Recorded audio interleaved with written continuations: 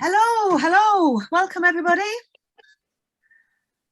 Lots of folk coming in. You can hear the ding dong doorbell as people are coming in. Thank you for joining us this evening. If you wouldn't mind, if you could possibly put yourselves on mute, but your cameras on so that we can see you, if at all possible, please. The reason, as much as we really want to hear from you, and we will have an opportunity to hear questions, what we don't want to do is put anybody in a tricky situation by us overhearing conversations that you might not like us to overhear, and equally we get lots and lots of sort of feedback in terms of the sound. So if you could mute yourselves, but as I say, put the cameras on if you possibly can, that would be absolutely super duper. And whilst we're just waiting for people to sign in, sign up, if you could just pop into the chat where in the country you're sitting, what type of school or educational setting or setting that you're working in, that would be really, really useful for Bern to get a feel for who's with us this evening. We're expecting quite a large number of folks, so I will manage the waiting room and joining details, Bern, and we'll just give a couple of seconds to welcome everybody as they're settling in. So please pop into the chat. Thank you, James. Learning support at Calder High. Thank you, Rachel. And Keith, great to be with you, Keith. Welcome. Good to see you all. Thank you. And we're just a big welcome also. We've got Sue Ackroyd and Richard Berry, our co-chairs of Engage in Your Future. And the fabulous news, I think Sue, 16 years that your residential setting at William Henry Smith has been judged as outstanding, 16 consecutive years. So I think an absolute fantastic shout out to all of the William Henry Smith community for all the superb work that you're doing with your young people, and not just your young people, equally supporting across the country in all sorts of different ways. So thank you for signing into the chat. Lots and lots of folk all over the country, and I'm going to get started because we want to hear from Bern. That's why we're all here, really excited this evening to be welcoming Bern talking to us. And Bern, as most of you will be aware, is an expert witness in cases involving education, health, safety, learning disability, behaviour management, risk management, safeguarding children and adults, balancing reduction in risk, restraint and restriction, guidance and training in personal safety and physical restraint. So he is a real expert and works across our sector and has done for many, many years. He was a school principal himself for over 12 years and has worked for over 20 years in settings.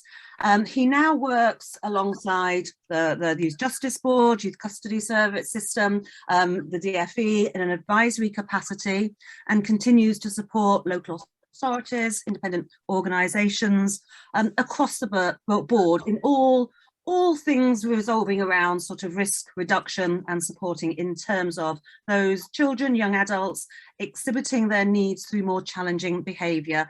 So Bern, thank you so much as a member of our advisory board for Engage in the Future, coming to share your expertise with us. If anybody has any questions, if you could please pop those into the chat, there'll be a chance for me to share those questions and for you to ask any questions towards the end. But if something comes up that's a burning issue, please pop it in the chat and I will stop Bern at a time that's appropriate and share questions and reflections with him. So Bern, welcome. Thank you for being here. I'll pass over with pleasure to yourself. Well, thank you very much. It's nice to see everyone. So mental fitness, making life simpler is what I put in the title there. I think there's two approaches to problem solving in general. Problem makers tend to complicate things, weaving disparate and unrelated issues together into complicated problems no one can solve. And then there's some people, problem solvers, who try to simplify things by breaking things down into chunks and doing it one at a time. And I'm going to be trying to be simpler, I think. That's my aim in life now. I've spent most of my life, as Sharon says, trying to make sense of human behaviour. Behaviour is a word I'm very enthusiastic about rehabilitating, because I think one of our problems is that we forgot that an awful lot of behaviour is nothing to do with thinking or feeling. It's just habitual stuff. I get a lot of amusement and enjoyment from looking at human behavior and trying to make sense of it.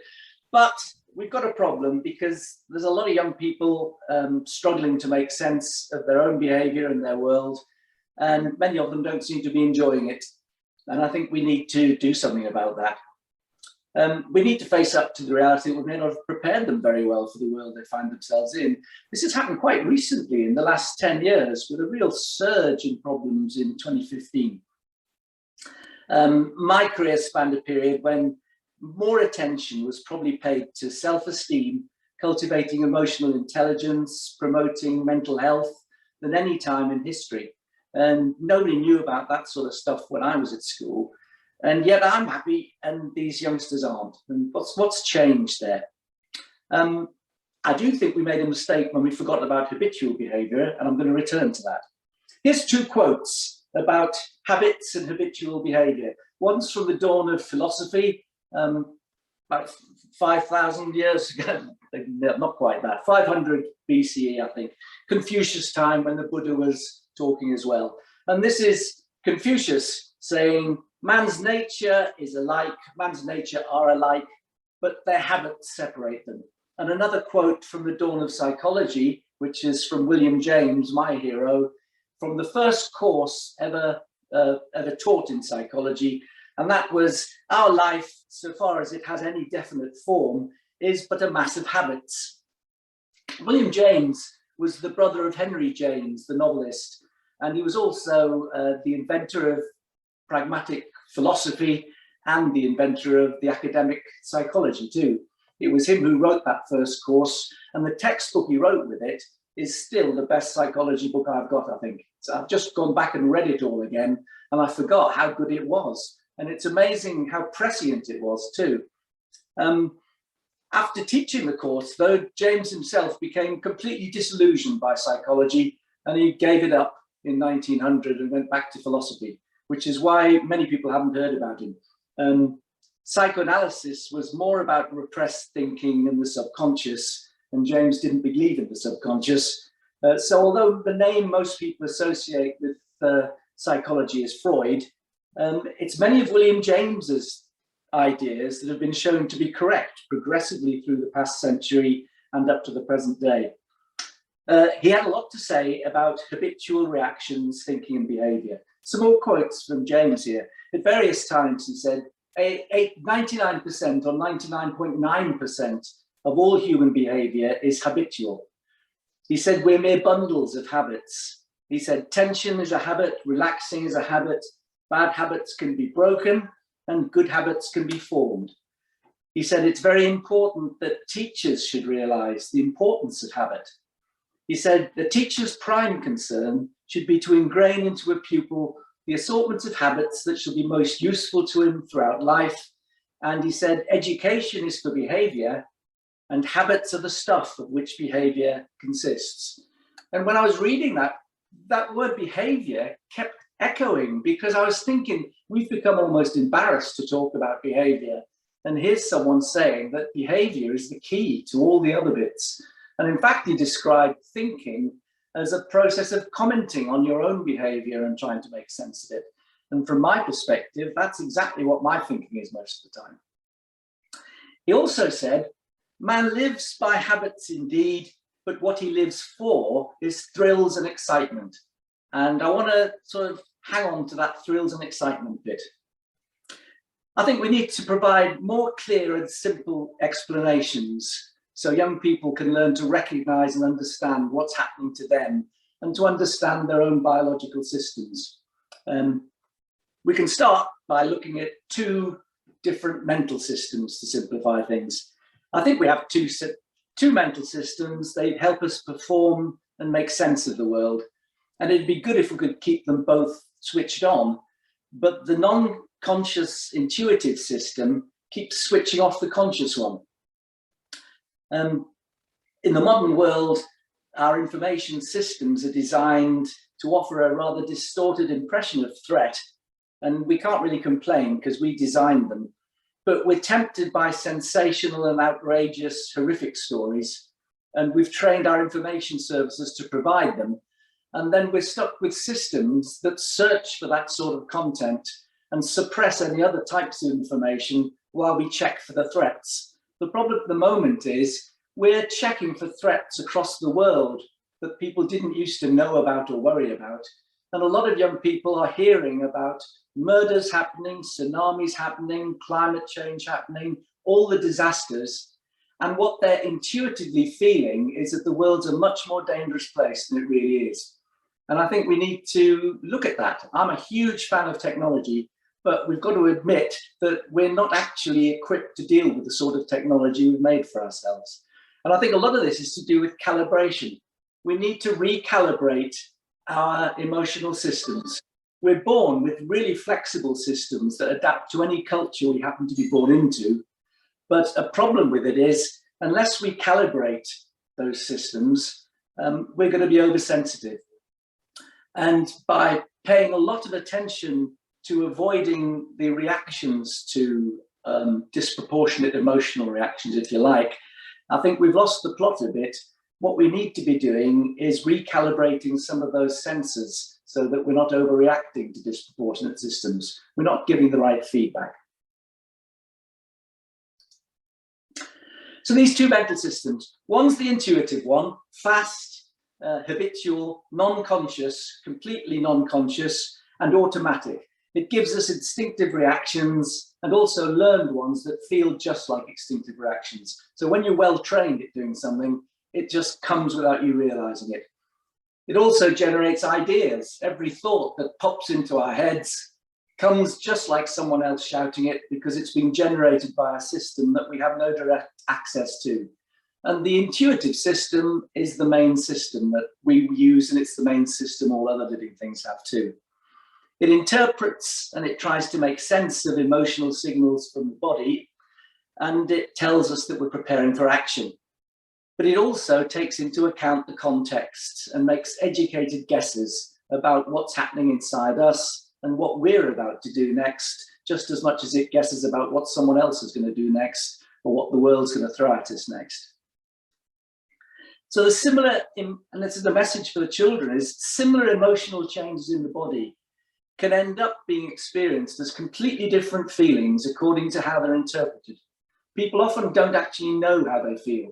We know toddlers don't know whether to laugh or cry sometimes, and they look at their parents to see, but a lot of adults don't really know how they're feeling, and they're trying to work it out in a similar way, I think. We need to change some of those settings, as I've said, and change the habitual reactions we make to triggers and opportunities. I tend to look at the world surrounding us now as there are two sorts of stimuli, if you like. There are triggers that trigger a panic reaction, which in every animal is about things they want to get away from, situations they want to get away from, people they want to get away from. And there's other things in the environment around us that trigger a good feeling, which is they're cues for appreciation, things that we like, things that we want to pursue, things we want to chase after. And there are two different neural systems that work with panic reactions and pursuit. And that pursuit is a really good feeling. It's motivated. We know where it starts in the ventral. It's the ventral striatum at the front of the brain here. And it makes people concentrate but feel good. Panic makes them focus on what they want to get away from, but not on what they want to go towards.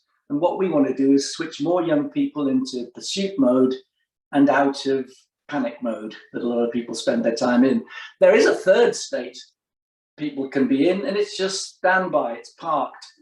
And whenever we're either not scared of things or worrying about things and not motivated to do anything, unfortunately, we switch off. Our intuitive system just switches off the thinking system, and we daydream or we doze, or sometimes we go to sleep.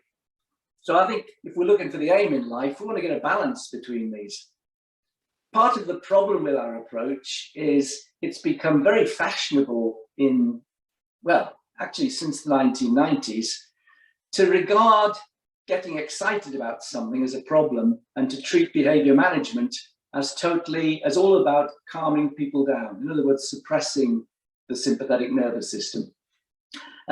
That's too simple. I think we need to look at that. Remember what James said about thrills and excitement being the purpose of life, not being calm. And I'll talk a little bit about that later. The downside of the fast intuitive system is that it makes predictable errors. We've talked before we came on air here about biases and cognitive biases. Part of what we need to do is teach children about critical thinking. They should learn to recognize cognitive biases. They should know about them, and they should be doing training that enables them to become more sensitive to cognitive biases in their own thinking too. It's a bit like downloading new software. Children are born into whatever culture they're in. If you look around the world at how different cultures are, all of that is learned. So you've got this basic biology that's way out of date, and it's being tuned into local cultures. And part of what we need to do is be better at that tuning. And that is about critical thinking, learning how to think, mathematics. These are thinking tools, if you like. We call them performance tools. The thinking system, the bit that is us actually, I'm reserving the term thinking just for mental processes that are conscious. It's self-aware, considerate, creative, and it builds mental models that allow us to simulate the real world and also experiment on it. So we can displace our consciousness and think about different places in the world or different times, going back in time or forward in time. Helping children to structure those narratives are an important bit of mental fitness too. Life narrative creativity, if you like, is what our brains are doing all the time. We're storytellers. And in fact, if you just watch human behavior anywhere, wherever you are, humans spend all their time solving puzzles and solving problems. They're either doing it at work or they're doing it at play. Don't know where Wordle came from, but it's gone again. But puzzle solving is just watch around you at an airport. Everyone does it all the time. And what we need to do is structure problem solving and puzzles into life narratives for the youngsters too. Creating a really good life narrative that explains your history in terms of all the puzzles and problems you faced and overcame. It's like an epic journey, and planning into the future, having pursuits to concentrate on are all crucial bits of what it means to feel motivated. And what we need to do is structure that a bit better than we've been doing, I think. When we become excited or upset, and I'm talking about the mental systems here, the intuitive system switches off our conscious system and takes over, which is not such a bad idea in a dangerous world, but not necessary in the world that we find ourselves in now.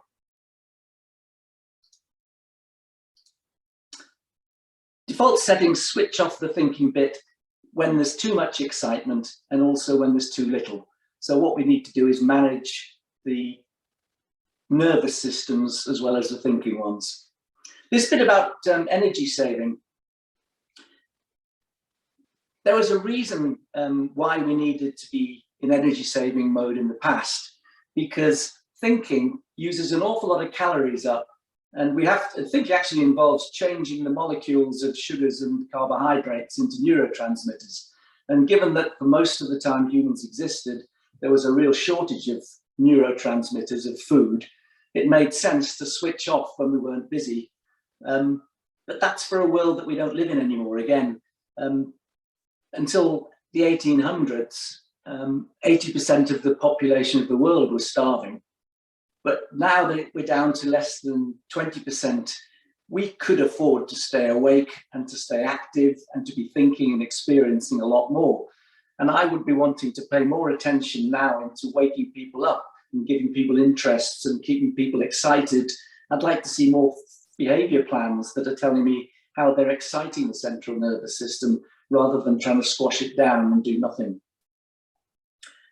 We also need to learn how to use our thinking system better. We talked about part of that too with performance tools. We mentioned critical thinking, knowledge of cognitive biases, scientific method, logic. These are all ways of thinking more effectively. and people need to be taught and to learn and to practice thinking effectively. It's a scandal, I think, that so many young people are leaving university, never mind school, ill-equipped to think. And Sharon and I were talking just earlier about the need for a government programme on teaching people to think as being a priority for all youngsters, I think now, particularly in the 21st century. We can also learn how to create more accurate mental models. Accurate mental models just means they correspond a bit to the real world. It's become fashionable in the modern political arena to say there's no such thing as truth. My definition of truth is simply any story that has some predictive value. And if you've got three people telling you how the world works, truth will out. Just watch and what happens. And some people do have rather a history of being right, and some people have quite a history of being reliably wrong. Often you don't know until they're quite old whether people have a good sort of worldview. I won't embarrass you too much, but old Brendan, who I've known for many, many years, is just someone I know has good judgment.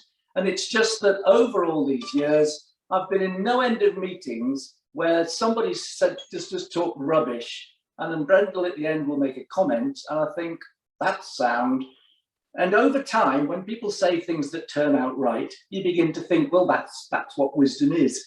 And good thinking is teaching people just how to have more realistic mental models to give them a statistically higher hit rate of being right. That's what truth is. That's what good beliefs are. That's what true beliefs are. That's what good ideas are. They're just accurate mental models. And it's always interesting watching someone who hasn't got very accurate mental models describing how they think the world works and furiously defending a mental model that's just clearly wrong, because they'd rather hang on to it grimly to the death than just change their mind about this. And again, part of what we want to create with our youngsters is youngsters who are confident enough, who'd actually be excited to change their mind about something, to be told something that completely contradicts their current worldview, and be willing to think about it and maybe consider changing that worldview. One thing we can definitely do without, I think, is panic reactions. And then we're on to nervous systems rather than thinking systems here. Again, to simplify my simple model of the world, if you like, I think there are three nervous systems. People often talk about two. I'm going to start with three, and I'm going to start with the first one, which is the enteric nervous system. The enteric nervous system's been getting quite a lot of attention from researchers in the 21st century. It's sometimes referred to as the second brain. In fact, it's the first brain. The second one was in our head. The enteric nervous system is in the gut. Our distant multicellular ancestors were little more than tubes, with a hole at the top and a hole at the bottom, and nutrients would go through them.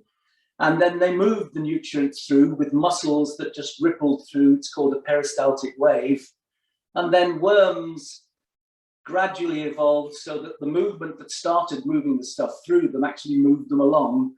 And the nerves and the muscles all together around this tube are the enteric nervous system. And we've still got an enteric nervous system. We've still got a tube. Essentially, we still are a long worm. We've just got all the tube curled up inside us. You know, that's what our guts are. The enteric nervous system evolved around the tube, and it's still there, and it evolved to coordinate feeding and movement. But serotonin and oxytocin are two hormones and a neurotransmitter. A hormone's just a neurotransmitter that passes through the blood-brain barrier. But serotonin and oxytocin are associated with good feelings and social bonding. And they're both found in significant amounts in the gut rather than the brain in the head. And in fact, 90% of all the serotonin in the body is in the enteric nervous system in the gut. Don't believe those who tell you that oxytocin is a love hormone. That's all over the internet. It is produced in huge amounts by pregnant women just before they give birth, and it undoubtedly has a huge effect on bonding with the baby. But just as oxytocin bonds families and friends together, and there's some fascinating work at weddings, when they measured the oxytocin levels before the wedding and afterwards, and saw these huge changes. For instance, old boyfriends of the bride significantly lost the amount of oxytocin they had during the wedding service. By the end of it, had lost huge amounts of it, whereas the bride's father had gained huge amounts. Fascinating just thinking the biology of sort of bringing families together like that. But the downside is, just as it makes people bond together, it makes the people who are bonded together more likely to exclude outsiders. So oxytocin makes people closer together to fight their battles, but more resistant to outsiders and more likely to be hateful towards outsiders. So it's a double-edged sword. Racists and tribal identity groups probably have more oxytocin than they need. We also have taste sensors in the throat and in the gut, as well as in your mouth. This is fairly new research.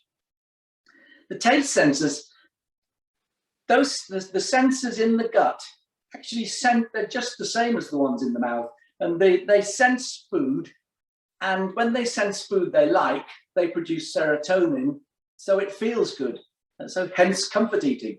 It's actually a biological process going on in the enteric nervous system. And we also have our own personal zoo in the enteric nervous system. We've got our own gut bacteria that have evolved. It's called our personal biome, and you can get your biome tested. There's a lot of stuff on this. They've evolved alongside us, and we rely on them completely for all sorts of things. Our own gut bacteria produce enzymes that digest all our food, and that means we can absorb foods we could have never absorbed without them. But amazingly, the enzymes they produce are also molecularly very similar to some of the neurotransmitters, including serotonin, so that the enzymes, they now realize, work directly on nerves. So actually we communicate directly with other life forms, and so these bacteria are changing our own moods. So there may be more to changing diet and making sure we're getting the right balance of foods in people. We have more nerves in the enteric nervous system than a rat has in its brain, and rats are quite good at learning stuff, which means that our enteric nervous system, although it's not conscious, can probably learn as well. And we can train it like a dog, if you like, and you can definitely train your emotional systems in an independent way. A lot of effective work on, for instance, helping people to deal with phobias is really training their non-conscious system not to get so excited at the same triggers. I promised Sharon I'd mention the vagal system because she's very keen. So the vagal system is a nervous system. There are two-way communications between the enteric nervous system, and in fact the whole body, and the brain in your head. And messages go up from the system down here telling it how they're feeling, and messages come down from the top that say, telling it that we need to all get ready for activity. And between the two systems, we end up trying to make sense of it. And then our thinking system has to come to a conclusion about how we feel about all this. So that's the enteric nervous system. The parasympathetic nervous system, which is a bit of a mouthful, just think para as in parachute, para as in parasol. Parachutes slow us down and protect us from falling. Parasols protect us from the sun. Parasympathetic protect us from the sympathetic nervous system. It just slows us down. The sympathetic nervous system wants to get everything excited so we can go rushing off in to do things, and the other system calms us down a bit. The vagus nerve that links us to the parasympathetic nervous system, if you sever it, which you can do, sometimes it's necessary in operations, the natural heart rate rockets up to about 100 beats a minute. And so all the time, that system is just keeping us calmer than is our natural state, if you like. Physical exercise, breathing exercises, meditation, yoga, posture exercises, paying close attention to anything. All of these are ways of hacking the parasympathetic nervous system to calm things down. Chanting in groups adds oxytocins to the mix, so you feel good, you like the people you're with, and you're calming down. Singing and in groups with oxytocin feels good. Playing musical instruments and playing with other people feels good. You can ask people who do this, that's what's happening to them. They're producing serotonin, oxytocin, they're feeling better doing it. And again, our job is to engineer situations so that we can help people do this. Deep pressure touch, hugs, or just squeezing, calms down. That's parasympathetic work, calming down the overexcited sympathetic nervous system, if you like. However, parasympathetic nervous dominance isn't a state you want to be in all the time. It's not sort of the best state to be in for every circumstance, particularly if you like thrills and excitement, as a lot of people do. Variety is the spice of life. What we want to be able to do is excite people who are bored and miserable and calm people down who are overexcited or panicky. Some people need a pep talk to get them going, and they know they do. And in a lot of sports, to get them onto the pitch, they need a pep talk to rev them up. That's the opposite of parasympathetic. That's getting them excited. And there are times, I think, on miserable days in schools when people just need the pepping up and a bit of excitement, a bit of thrills. I see a lot of different sort of plans and policies as part of my less fun work as legal stuff. I see very little, and I could probably name on my hand the schools I've been to where I could say they had policies about exciting the kids and getting them excited. And I think that's something they're probably missing. Motivational speeches before battles were well known, before competitions and performances. They stimulate the sympathetic nervous system, and that's not a bad thing. Many top performers, in fact, will tell you that they need to be anxious to perform. They need nervous excitement. And actually, that's what they want. They're searching. They do things to get nervous excitement. Thrill seekers do exciting things to scare themselves. And it's a sort of, again, a double-edged sword. They do it because they actually like the excitement. Some life coaches promote relaxation as a cure-all, I've said already, for mental health problems generally. I think that's too simplistic. The pursuit and motivation circuits at the front of the brain, the ones that are stimulated when we see something we don't understand, we want to find out something, when we're studying something, when we're doing puzzles, and when we're faced by problems and challenges, is what makes life worthwhile. And I recognize this in myself, that when I was doing this sort of stuff, but live in front of people, I began to notice how often, with a minute to go, when my whole computer setup and all the gadgetry had been set up and working for an hour, I had just an unresistible urge to fiddle with something, mess around with some setting that then made it stop working. And I caught myself doing this so often, and it actually is for a buzz. It's just a silly little, it's a habitual behavior that you do. And there are people go out looking for trouble like that. There are people who go out as a leisure activity looking for fights. It's no good saying that they shouldn't want to be excited. What we need to do is be honest about it and find a better way for them to exercise what they want, better ways to become excited. And the truth is, rugby is probably a way we found to manage that sort of stuff. If you look at most sports and activities people do for fun, and they're all sort of simulations of the sort of stuff that would be practiced by hunting animals that needed to practice their skills, if you like. And for children's stuff, we need to have ways of safely enabling them to be excited and have fun. Otherwise, the danger is they will find their own mischief and they'll find exciting things if we don't give it to them. The third of these systems, the sympathetic nervous system, the really exciting one, that's the one most people talk about. That's the one most people are aware of. When people talk about feeling emotional, they're usually talking about changes in their sympathetic nervous system. The purpose is to prepare the body for action. And part of panic attacks is that people don't understand what's happening in their own sympathetic nervous system. And perhaps part of our curriculum that focuses more on teaching people to think effectively should also be teaching them how to understand their own biology, and at the level that age-appropriate levels that they can understand. A simpler vision, if you like, of this mechanism of 2 thinking systems, 3 nervous systems. Sympathetic nervous system, what is it doing apart from waking us up and speeding us up? It's described as an adrenergic system because it's powered by adrenaline.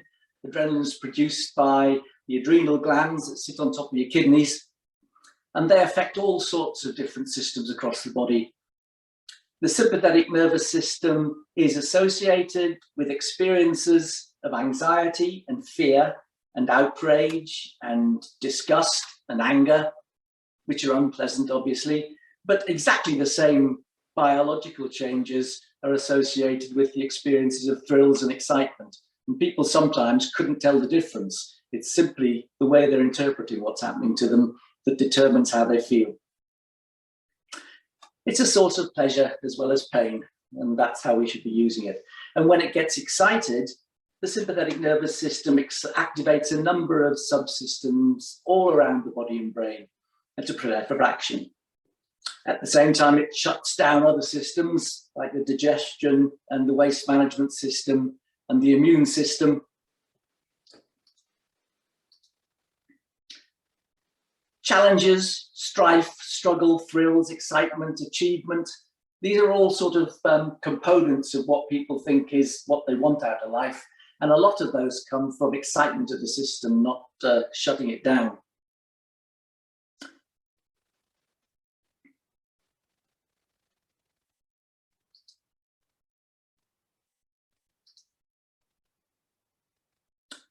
Some advice. We were told to, when I talked about calibrating nervous systems, there's a concept called anti-fragility, which is not just about habituating so that you don't overreact to something, or habituating to a phobia so that you're not so upset by it. Anti-fragility is slightly different in that there are some activities that don't just protect you from harm, they actually make you stronger. And that's a concept that we need to bring into mental health for young people too, I think.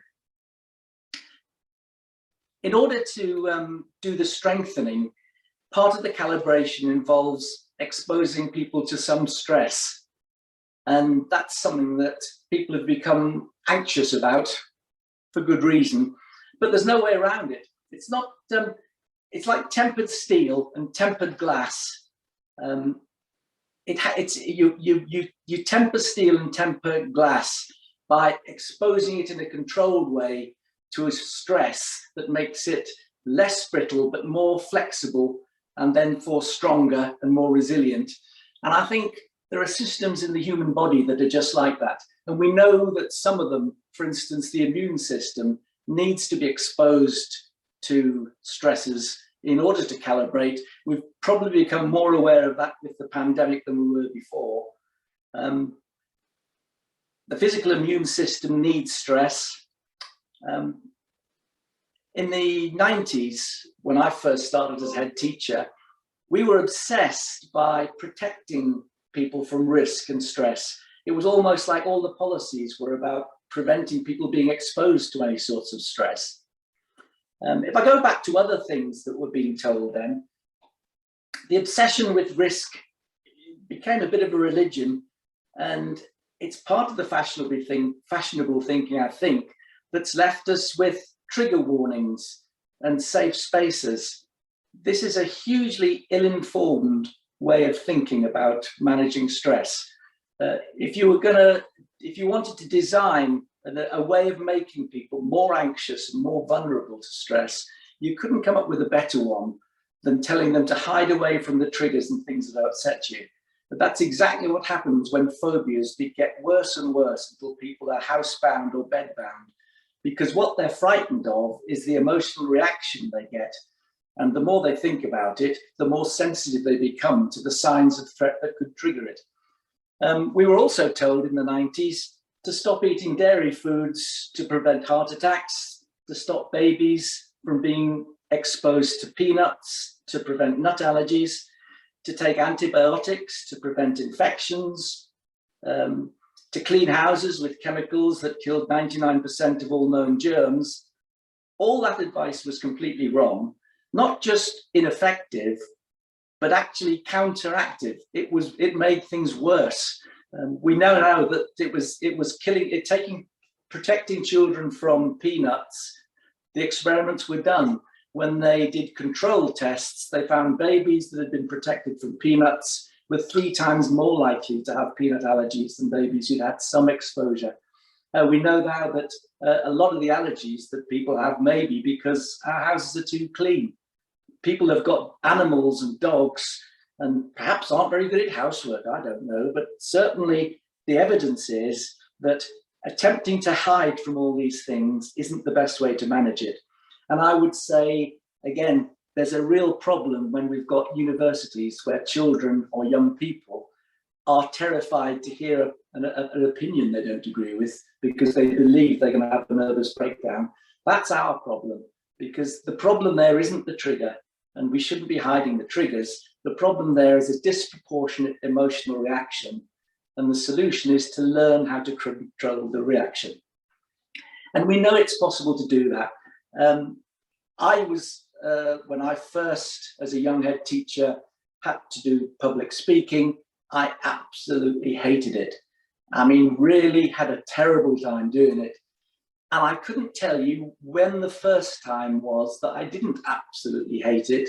It was only sometime after that that I looked back and thought, blimey, do you remember you used to be scared doing this? Whereas now, I'm a gob on a stick. I'll stand up and talk to anybody. But I also have a fear of heights. But what's the way to do this? The way it goes away is just, obviously don't scare yourself so you lose control and switch off your thinking system. Otherwise, you won't do any help at all.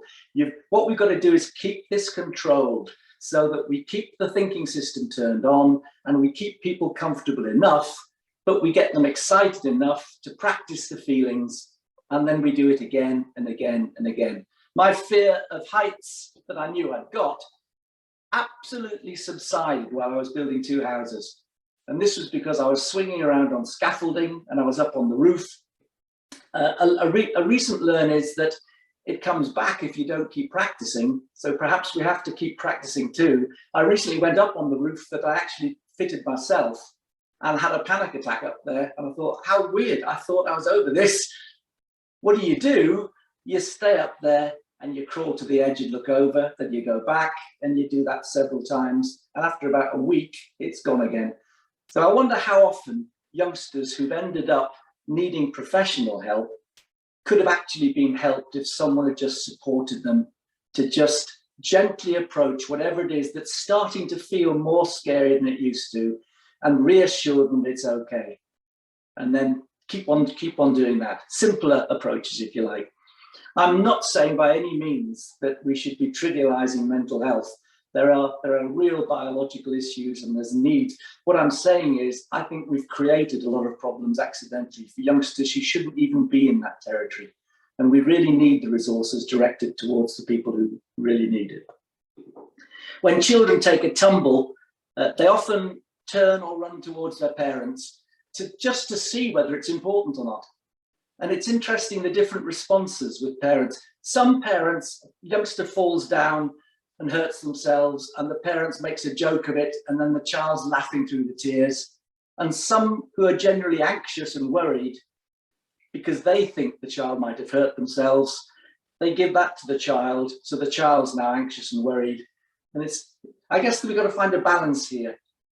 Even for other situations, adults in emergencies, and if you watch videos of real emergencies, adults look around to other adults trying to get a clue about how I should feel about this. And it's when things are going a bit hairy at work, that's when part of the job of leaders is to give an impression that they're confident and competent, no matter how they're feeling inside, because everybody else is hoping that somebody can give that signal to them. And that's part of our job too, to give some reassurance. In recent decades, I am concerned that there have been times when children have turned to professionals for help in calibrating their emotional reactions, trying to get their own systems right, and they've been given ambiguous, or in some cases, counterproductive feedback. Instead of reassuring them, but encouraging and enabling them to habituate to whatever the triggers are, setting off these unpleasant and disproportionate emotional reactions, it's become fashionable to normalize or even glamorize the reactions themselves. And we have to face up to the reality that in some social groups, suffering from a branded mental illness is almost a rite of passage. And that's something that's wrong. There are some schools where whole class groups are all coming out with the same emotional disproportionate reactions. And it's wrong that we don't want to be teaching them to do that. I think it's time we woke up and stood up to some of the bad ideas that are being spread, because they are being promulgated and they are bad ideas. There are bad ideas being spread under the guise of therapy too. An obscure, muddled term that can cover an awful lot of strange things and doesn't seem to have much quality control, as I can see. We talk about child protection, and then I look at some of the therapies being offered to schools and wonder who checked this, who bothered to research this and check that this isn't damaging children. I'll give you some examples of the therapies that we've paid a lot of money for over the years. History hasn't been kind to some of the fashionable therapies of the past, including versions of behavior modification, still using electric shock therapy up till March 2020 in a school in the United States, simply as punishment, electric shocks to train children like you train dogs.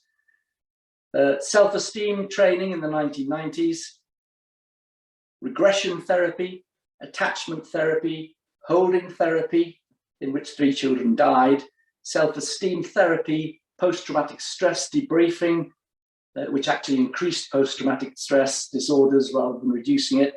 All of these were successfully sold in large amounts throughout education and care systems, mainly because I think it's wishful thinking. It's almost that there isn't a requirement for us to check whether any of these are accurate or not. And perhaps that's something we need to look at. The courts recently have been very critical of some of these approaches. Overexcitement of the sympathetic nervous system then can result in what's also come to be known as behaviours of challenge.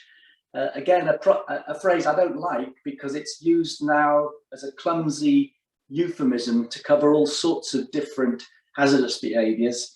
What I'd say on that is that although the reduction of excitement is part of behaviour management, and I've said it's not a catch-all strategy because that's not what we want to do for everyone, it also simply isn't true that most hazardous behaviours are involving sympathetic nervous system excitement. And most of the behaviours that we would describe as challenging, and I would say sort of pursuing an animal and killing it is probably as challenging as you can get.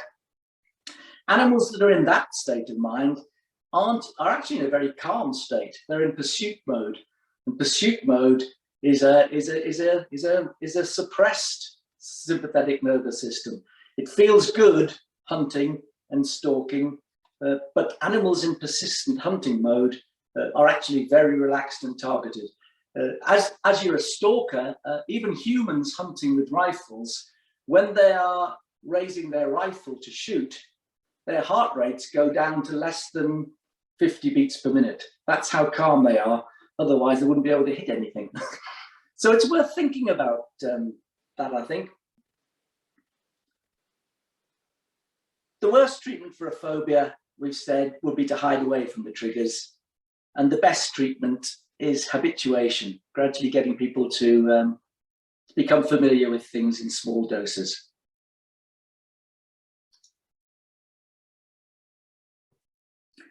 Let's talk about what happens. We said it's important to give children an explanation of their own behaviour so they can appreciate what's happening to them.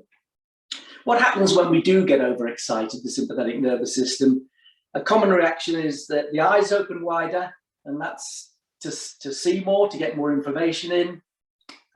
Tears are produced, which would lubricate the eyes and protect them a bit, but you need liquid for that so that the saliva glands stop working, and that means that you get a dry mouth, which again is something that children, when they're anxious, may describe. The trachea, the airway, expands and widens to let more air in and out, which means that it squashes the esophagus where the food goes down, and then you get a feeling of a lump in your throat. Again, explaining that this is what's happening to children can make it seem less scary when it's happening to them. Heart rate and respiration increase with high levels of sympathetic nervous system stimulation. And that's sometimes described as feeling like a fluttering heart or a heavy or a heaving breast. Exactly the same biological effects as a romantic novel with fluttering hearts and heaving breasts, because it is exactly the same situation. It's just interpreted differently according to the explanation for why my body's doing this. Blood circulation's diverted away from small muscles to large muscles so that we can run and fight. And that means the small muscles are deprived of blood and they tremble. And when people tremble, they feel something's wrong with them. Again, if they understand what's happening, maybe it won't feel so bad. When blood's diverted quickly to the large muscles from the brain, people feel faint and sometimes need to sit down and lie down. Again, this is perfectly normal. And if we can turn this into a story that children can appreciate and talk stories about how it happened and how people managed it, maybe it's a better way of helping them to manage it in future. It certainly won't feel so alien to them when it happens. Most of the worry, I think, when people are having panic attacks is they think that something's serious medical issues going to happen, they're going to have a heart attack. And just explaining what all the processes are can help. When the system becomes really excited, it shuts us off completely and we switch off, and there's not much we can do after that. Checklists, I'm saying there's not much we can do. Something we can do, if we know we're going to switch off under pressure, and if we work in high pressure environments, what other people do when they're training people to work in those environments is they train them with habitual behaviors that work when their brain isn't working at all. So there are automatic responses that click in and can almost be managed by the intuitive system.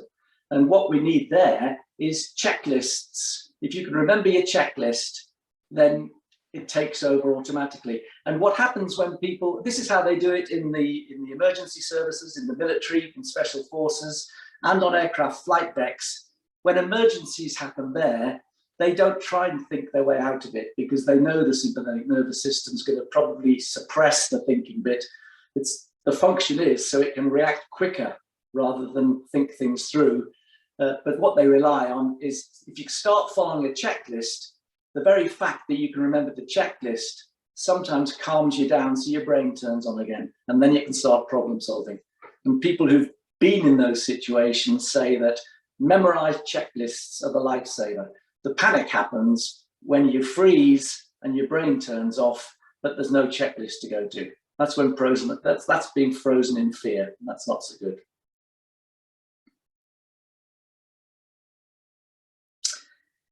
I'm going to finish off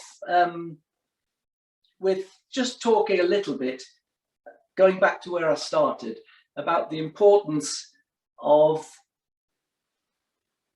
planning to develop exciting, thrilling activities to counteract the ones we're using to calm things down. One of the privileges of my work is seeing vast ranges of these policies, incidents recorded, plans, and positive behaviour support plans too. And I said I don't see too many concentrating on the thrills and excitement. It's one thing to be tranquil, but another to be tranquilized, I think. Christopher Hitchens put it well in a quote. He said, "Human beings do not in fact desire to live in some Disneyland of the mind where there's an end to striving and a general feeling of contentment and bliss. That would be idiocy. what they want is thrills. And when I saw Mark Zuckerberg's vision for the future of Meta and Facebook as a cartoon world where you hang out with your virtual friends, it reminded me of Hitchens' idea there. I think people do want challenge and strife. I think people enjoy being challenged. They actually enjoy suffering a bit to overcome obstacles, because this is all preparing content for their life story, which is an epic story in which they're the hero. It's all the puzzles I solved. It's the journeys I went on, the obstacles I faced and how I came over it. And some of my best stories I can remember now I'm old were actually events I didn't enjoy at all at the time. But I'm glad I went through it. I survived it, and I'd be much happier on my deathbed to have gone through some of those challenges than to have been protected by it by some well-meaning wet nurse. I'm going to leave you with a story of the sea squirt. Sea squirts begin their lives with a simple brain and a rudimentary eye and a muscular tail, and they're motivated to keep moving until they find a nice rich place that's got lots of nutrients, and then they glue onto a rock. And from then on, they can get all the nutrients they need with no effort. The seawater just washes through them and they get anything they need. So they no longer need a brain or an eye or a tail to move around on. So they reabsorb it, and an adult sea squirt regresses into a more content but less complicated life form. And for all we know, adult sea squirts may be content.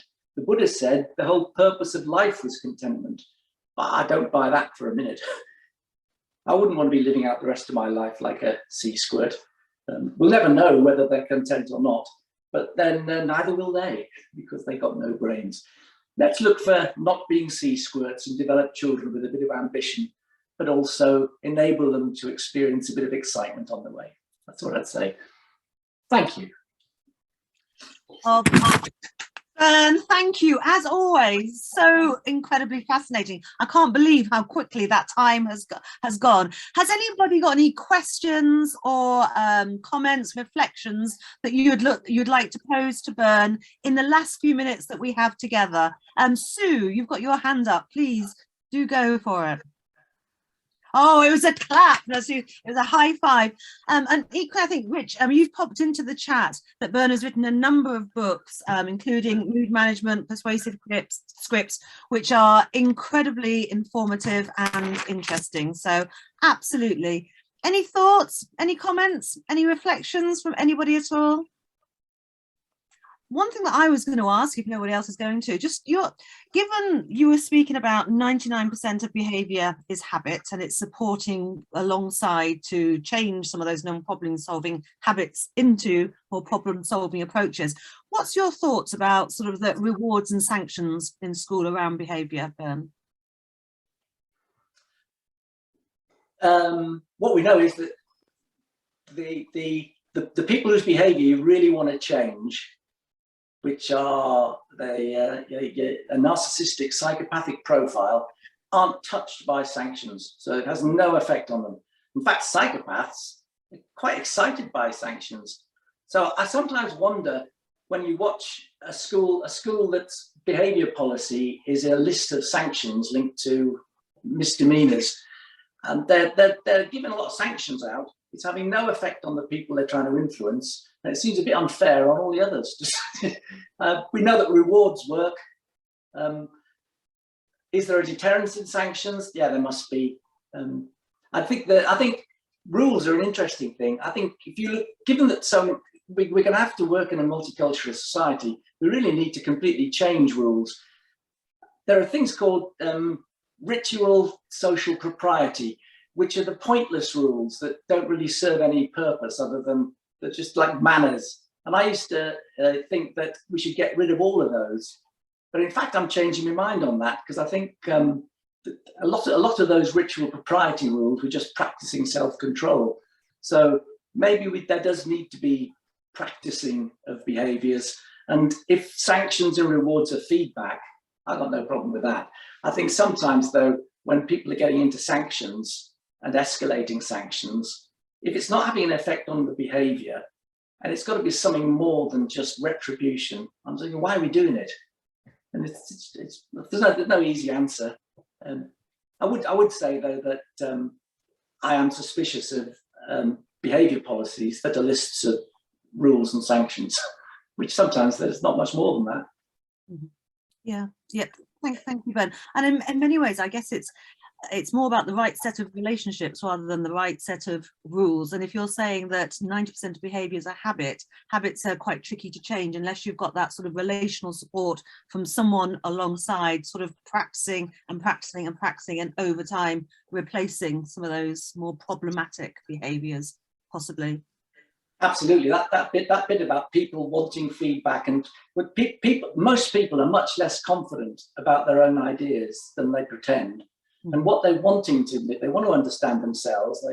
Everybody wants a world that becomes predictable, and our job is to equip them so that they've got a mental model of the world that makes sense and starts correctly predicting how it's going to. They want to know what the feedback is. That's another problem with the sanctions bit, is that, and we know other groups that it just doesn't work for, is if you don't understand it, it's pointless. And you do sometimes see ritual punishments going on for the satisfaction of the staff more than the youngsters. Yeah, they want feedback, and the feedback is going to have to come from people they turn to. And they're not going to turn to you until you've established a relationship. That's the problem. So our job is to be there, be the person that you want to turn to give me accurate feedback, tell me what I'm supposed to feel about this, and then you've got someone who's an effective member of staff. Yeah, thank you, Ben. I'm just going to say, before Sue's got a question, it is 6 o'clock, so for those of you that need to dash off, thank you so much for spending the hour with us. And Bern, as always, absolutely incredibly interesting. But Sue, she has got a question, Bern, if that's okay. And also, Karen was talking about working with attendants. She often gets criticised if she suggests rewards rather than sanctions.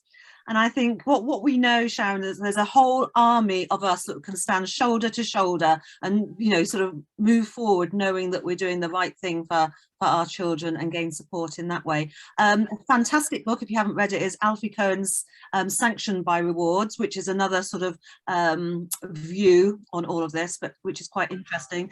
But so for those of you that are staying on, that's great. Others, lovely to see you. Over to you, Sue. What was your question? Well, it wasn't really a question. I was just thinking about the William Henry Smith School team that are on at the moment, and just watch out for the next excitement and thrill policy. I think that's a really, really great way to move forward, isn't it? You know, I'm not sure if we could get away with calling it that, Bern, but I'm sure we'll frame it differently. And I was thinking about our PBS plans, and Barry will be able to comment. So we don't necessarily talk about thrills, but what we talk about are things that our kids really enjoy. Things that make our kids happy, and that's the same, isn't it? You know, things that, yeah. Just a comment, really, rather than anything else. To go with that, Sue, interestingly, when we had a parliament who wrote child-friendly policies, one of the first ones they thought was really important was their fun policy, and that they write it for the adults. So there's a clear understanding as to the need and requirement. And I mentioned in the chat that Dan Siegel talks about the essence of adolescence, but then extends that into the essence of life, that sort of emotional spark, novelty, social engagement, all of those activities, which is what life is all about, which very much fits in, Bern, with that you're saying. So, and the need for that, particularly through adolescence, when the brain is going through that significant time of change. So yes, we've got another few with some feedback about absolutely enlightening. Thank you, Bern. Sharon works on relationships and an attachment. And wants to know if there's any social stories that anybody is aware of in terms of supporting children, particularly around physical changes in their body. Margot Sunderland does a lot of therapeutic stories. I know Professor Barry Carpenter has done quite a number of books without words, which are quite helpful to sort of have a starting point to talk into that. So they might be useful resources, and I'll have a think about anything else that I've come across. But if anybody else has come across anything, please put it in the chat.